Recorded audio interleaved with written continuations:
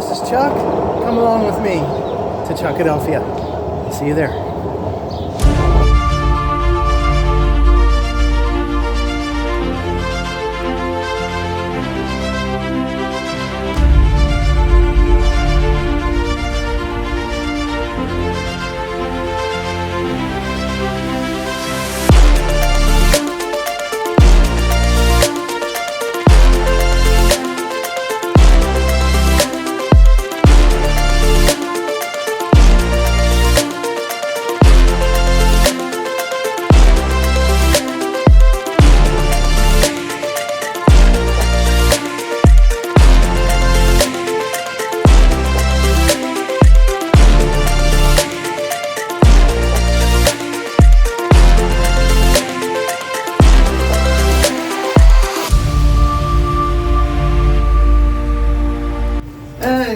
Welcome back to Chuckadelphia, Talking Fit with Dr. Fortino, and today we're going to be talking about 3 weight loss myths. These are things that people have believed to be true as far as like whether it's relating to losing weight or gaining weight or whatever. And the first thing we're going to talk about is what? Calories? Calories.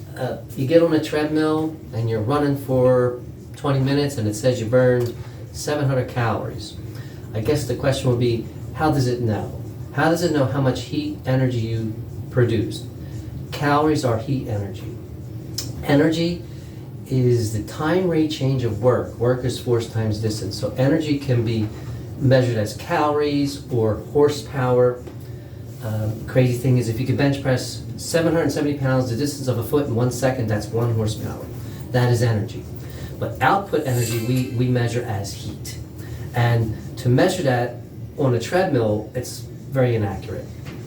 The definition of a food calorie is much different than the definition of a physical calorie, and I think we talked about this before. Mm-hmm. Yeah. A food calorie is 1,000 times more than a physics calorie.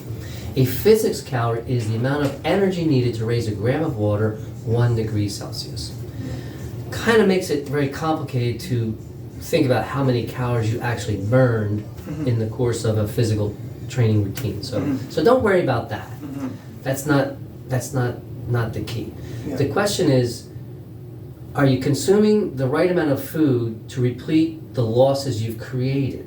Great point. Yeah. In other words, competitive bodybuilders really need a lot of protein. And they need a lot of fat too, because fat is very energy dense. You get more than 2 times the amount of energy output from fats than you do carbohydrates or sugars or glucose.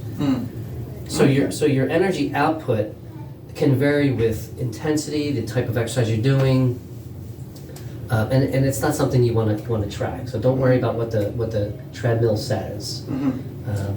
Makes sense. You know, yeah, that's kind of interesting. That takes me to the second myth. I don't know if you've seen this, and maybe those of you watching have seen this. There are a lot of influencers out there that seem to think it's okay to eat as much as they can as long as they work out hard. And I think the idea is you can eat whatever you want as long as you work out, and then you'll still be healthy and lose weight. What do you say to that? Right. Is that a myth as well? It's a myth, because a competitive bodybuilder, who's someone who's been doing bodybuilding or weightlifting or you're a sports athlete, college athlete, your body is very conditioned. Could you get away with a snack? Could you get away with eating fast food? You could. The question is, what if you stop working out, what will be the time frame required for your body to fall apart eating those bad ways? And in general, if you're a competitive bodybuilder, you're probably not going to live that lifestyle. I mean, I know some people that did lose everything they had. Yeah. So we don't really want to eat willy-nilly, especially if you've created an empire. You don't want to destroy it. If you've been in the gym and you've been taking care of yourself, and not to say you have to be a competitive bodybuilder, but if you've made strides in personal bests at the gym or on the track or in martial arts, or why would you want to ruin it by eating bad? Okay, absolutely. I don't understand how people kind of glorify like some of the channels where people are just eating and eating and eating and they're not losing weight, but they still think it's okay to eat as long as they exercise. Well, it's just conditioning. Everybody comes into this world with a different set of gut microbiomes. Your gut is probably the key factor in how we metabolize food and what your body does with it. And always putting in the right substrate is important. Eating a lot, that's a great question. What are you eating a lot of? Is it carbohydrates, fats, proteins? Is it fast food? Is it processed food? So, to quantitate and ask yourself, what is a lot, compared to what? If you are a physical person, your body is in a chronic calorie burning mode, and it will burn whatever fuel is available. And what dictates that is insulin. Insulin is a big dictator of how your body will metabolize fats versus sugars versus protein. We don't want to burn protein because that would be very catabolic to your body. So you're right. You just can't eat what you want when you want, and expect your workout routine to save you.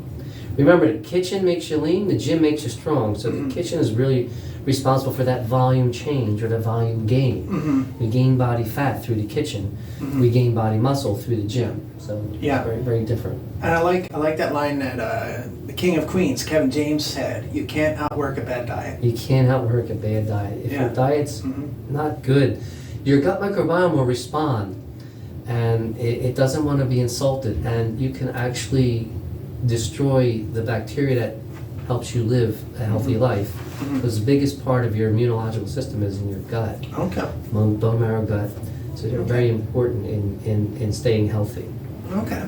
All right. Cool. And I think maybe the final food myth that I wanted to talk about, and I wanted to see if it was real or not, was relating to fruit.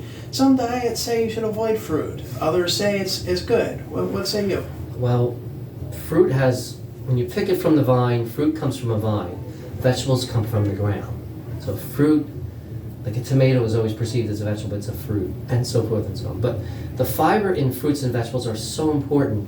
Our body has no metabolic requirement for fiber. We don't need it because we can't break it down and utilize it as fuel.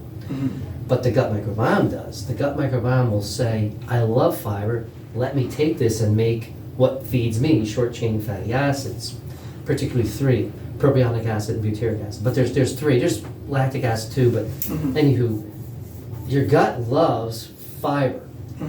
And there are a lot of phytonutrients that you get from fruit. You're not going to gain weight eating fruit. You may gain weight drinking it, like if you blend it. So you don't want to drink your fruit, you want to eat it. You want that fiber. That's very important. The gut microbiome loves the fiber. Your gut's the most important partner in this. So absolutely. It's a lot more complicated than that, just saying that. But yes, you're not going to get fat eating fruit.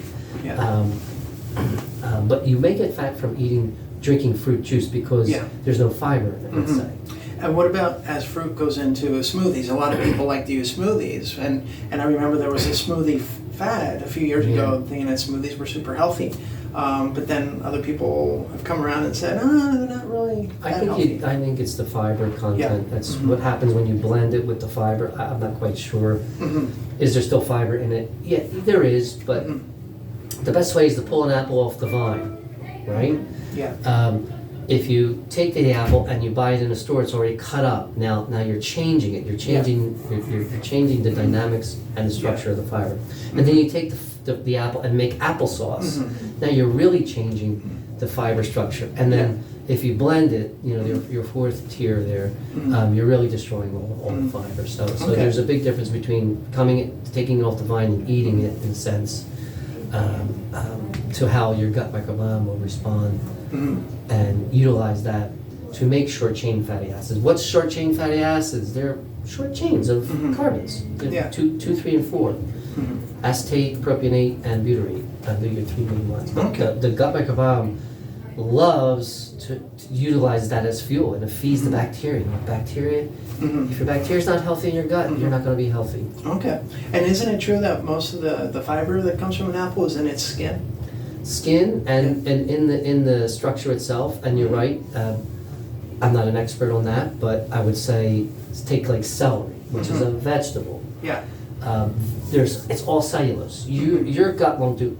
It's just going to utilize some of the fiber in that and pass it along. So most of it gets excreted unchanged or so. Yeah. But it's very important for the gut. And you're right. Certain fruits have more fiber content. Yes. I think eating what's in season is the best way to approach it. Yeah. Don't buy or eat the frozen stuff. Yeah. Canned stuff could be tricky because it's been on the shelf a long time, so it degrades. Yeah. It ages, which is another topic of discussion. What we call how fruits age is the same way how the body ages. So if you take a banana, that's a whole different topic. But as the fruit ages, the fibers last, the sugar is starting to ferment.